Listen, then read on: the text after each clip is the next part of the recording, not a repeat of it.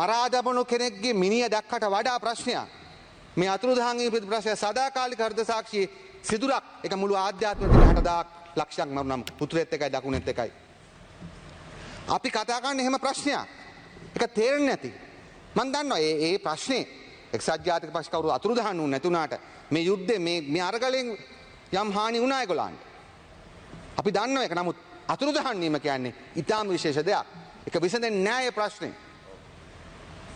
ඒක අවම කරන්න තමයි ආණ්ඩුවක් අවශ්‍ය වෙන්නේ ඒ නිසා මම ඔබතුමාට කියන්න කැමති මේ අතුරුදහන් වූවන් පිළිබඳ ප්‍රශ්නය මරලා බොඩි එක හම්බෙච්ච එක ප්‍රශ්නයට වඩා දරුණුයි. ඇත්තිතරං මන් දැකලා තියෙනවා ගරු සභාපතිතුමනි. මගේ මල්ලි මිය ගියා රියානතුරකින්.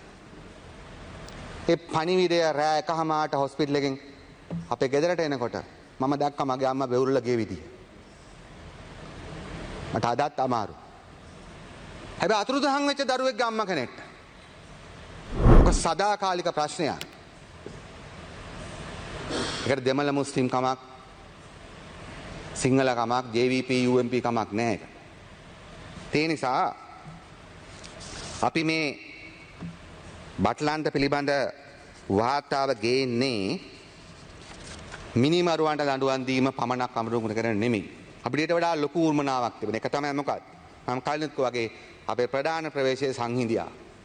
අද අවුරුදු 35කට පස්සේ 1990 ඉඳලා UMP ශ්‍රී ලංකා TNA ඔක්කොම මිනිස්සු එකතු වෙලා විශාල ආණ්ඩුවක් හදලා තියෙනවා. මිනිස්සු දැනටමත් ඒවට සමාව දීගෙන තිබෙනවා යම් ප්‍රමාණයකට. නමුත් තව ගොඩක් දේවල් තියෙනවා. මේක ඇත්ත ප්‍රශ්න කතා කරන්න ඕන. මේ වද වේදනාවට ලක් වෙලා මිය ගියේ අපරාධකාරයෝ නෙමෙයි. එහෙනම් මහත්මා ගාන්ධිත් අපරාධකාරයෙක්, හෝ චි මිනුත් අපරාධකාරයෙක්, දැන් Nelson මැන්ඩේලා.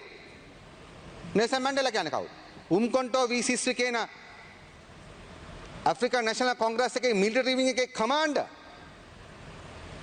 මැන්ඩේලා long walk to freedom විතරක් ලියපු කෙනෙක් නෙමෙයි. මැන්ඩේලාගේ අත්තරම් බැලුවා නම් ඉස්සර ඒවා සල්ෆර් තිබ්බා සල්ෆර් සුන්දරය කියලා තමයි අපි අහලා තියෙන්නේ. එහෙම තමයි ලෝකෙ. ඒ නිසා අද ලංකාවේ අරගලය වැරදි, ලංකාවේ ජනතාව නැගිටීම වැරදි, මැන්ඩෙලා ශ්‍රේෂ්ඨයි. ඒ වගේ දේශපාලන කුහකයෝ නෙමෙයි අපි. එහෙම විය යුතු නෑ. අපේ රටේ මිනිස්සු නැගිටලා සටන් කිරීමේ ප්‍රතිඵලයක් ලෙස තමයි මේ කරපු පව් නිසා තමයි එක්සත් ජාතික පක්ෂය 1994න් පස්සේ එක දුවක ඡන්දයක් හට දිනා ගන්න බැරි වෙලා තියෙන්නේ. අදත් ඔබතුමාලා දන්නේ එක ඡන්දයක් දින්නේ නැහනේ. 94න් පස්සේ 2001 රනිල් දින්නේ කොහමද? ඒකත් අර LTT එකත් එක්ක මොකක් හරි කරලා. ඊට පස්සේ 2005 පරාදයි, 2010 පරාදයි. 2015 මෛත්‍රීපාලගේ අසරිංගලා. ඊට පස්සේ 2019 නෑ, 25 නෑ, 25න් පස්සේ කොහොමද ලොවෙත් නෑ. ඇයි මේ? ඒ කරපු මහා පරිමාණ අපරාධය සදාකාලිකව පරාජයක් ලෙස ගේනවා. දැන් පක්ෂේ නම වෙනස් කරා සජබ කියලා. වර්ධනයක් තියනවද නැහැ?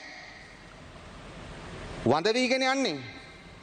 ඒ නිසා මම මේක කියන්නේ ඒකට හේතුව 87 90 කාලෙත් ඊට පස්සේ යුද්ධෙදී උතුරේ යුද්ධයක් හදලා කරපු අපරාධය නිසා තමයි ගරු සභාපතිතුමනි එහෙම වෙලා තියෙන්නේ. ඒ නිසා බට්ලන්ත කොමිසම පිළිබඳ වාර්තාව අද අපි සාකච්ඡා කරන්න අපි පිළිගන්නවා.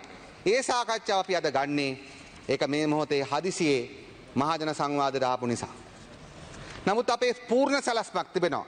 අපේ සාකච්ඡාව අපේ ක්‍රියාමාර්ග මේ මොහොතේ අපි බට්ලන්ත වාර්තාවට සීමා කරනවා. උතුරේ මිනිස්සු අහනවා සහෝදරයා බට්ලන්ත විතරද කතා කරන්නේ?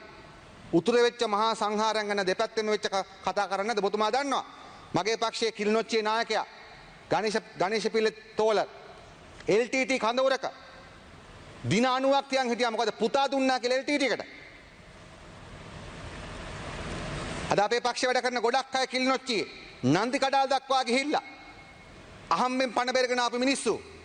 ඒගොල්ලෝ දන්නවා EPDP අපරාධයක් දන්නවා, LTT අපරාධයක් දන්නවා, ශ්‍රී ලංකා ආරක්ෂක අංශ වලින් අපරාධයක් දන්නවා. නොදන්නව නෙමෙයි. ඒ නිසා මම ඔබතුමාට කියන්න කැමතියි අපේ ප්‍රවේශය මොකද අපි සැලසුම් කරන් ඉන්නේ මේ අවුරුද්ද අවසානයේ ලබන අවුරුද්ද මුලදී සම්පූර්ණ අපි රිකන්සිලියේෂන් සහජීවනය සංහිඳියා ඉලක්ක කරගත්තු විශාල ව්‍යාපෘතිකට එනවා. ඒක කොටසක් තමයි අගමැතිතුමී මේ පාර්ලිමේන්තු උත්තර දුන්නේ අපි අලුත් ව්‍යවස්ථාවකුත් හදනවා. අපි පිළිගන්නවා මේ අඩුපාඩුව ශ්‍රී ලංකා රාජ්‍යයේ වෙලා තිබෙනවා කියලා.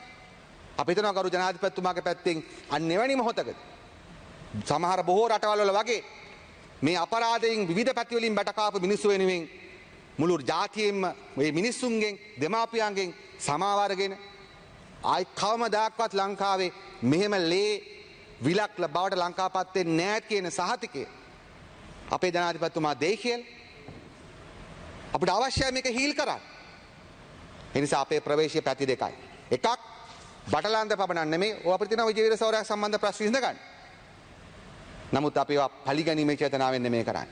නිසා ප්‍රධාන ප්‍රවේශයේ සංහිඳියාව, සමගිය, සහජීවනය ඒ අතරේ South African Reconciliation Truth Commission එක කරා වගේ ප්‍රධාන වදකයන්ට අනිවාර්ය වශයෙන්ම ආධිකරණ මගින් දඬුවම් දෙනවා.